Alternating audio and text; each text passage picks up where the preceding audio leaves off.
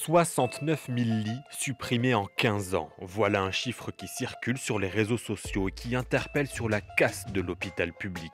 Cette donnée est juste, mais elle mérite quelques explications. Commençons par le début. 1979, la loi autorise pour la première fois le ministre de la Santé à supprimer des services et des lits dans les hôpitaux publics. Les premiers grands plans de suppression de lits remontent aux années 90. Plusieurs raisons à cela. Avec le progrès de la médecine, la durée des séjours hospitaliers est plus courte qu'avant. Autre raison, le trou de la sécurité sociale. Il faut faire des économies. Quand on ferme des services, évidemment que c'est grave parce que ça bloque l'activité, on ne sait plus où mettre les malades, c'est pas normal. Un hôpital n'est pas fait pour fermer, il est fait pour soigner. Le message est répété de manifestations en blocage partout en France. En 2002, c'est Patrick Pelloux, célèbre médecin urgentiste, qui appelait à l'aide. Et là, nous sommes dans une situation qui est absolument dantesque puisqu'il n'y a plus de lits pour pouvoir hospitaliser les malades venant aux urgences et que nous avons connu ces jours-ci même des soirées où il n'y avait pas de lit de réanimation.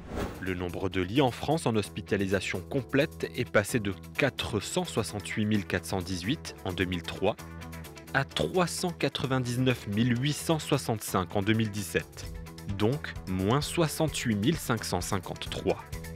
Mais il faut nuancer ces données. S'il y a moins de capacité d'accueil en hospitalisation complète, c'est notamment parce que dans les années 80, la France a fait le choix de l'hospitalisation ambulatoire, des séjours de moins d'une journée.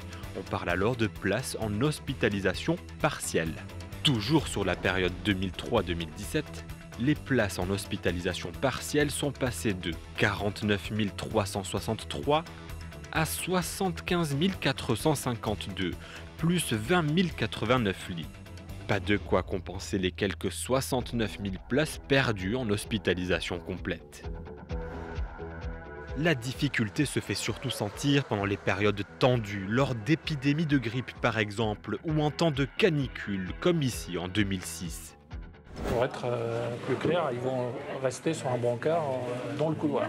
Vous appelez ça comment? Les lits virtuels.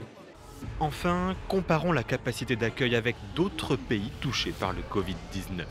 D'après les dernières données de l'OCDE, en 2017, la France comptait 6 lits pour 1000 habitants, bien moins que la Corée du Sud, moins que l'Allemagne, mais plus que les États-Unis, l'Italie et la Chine.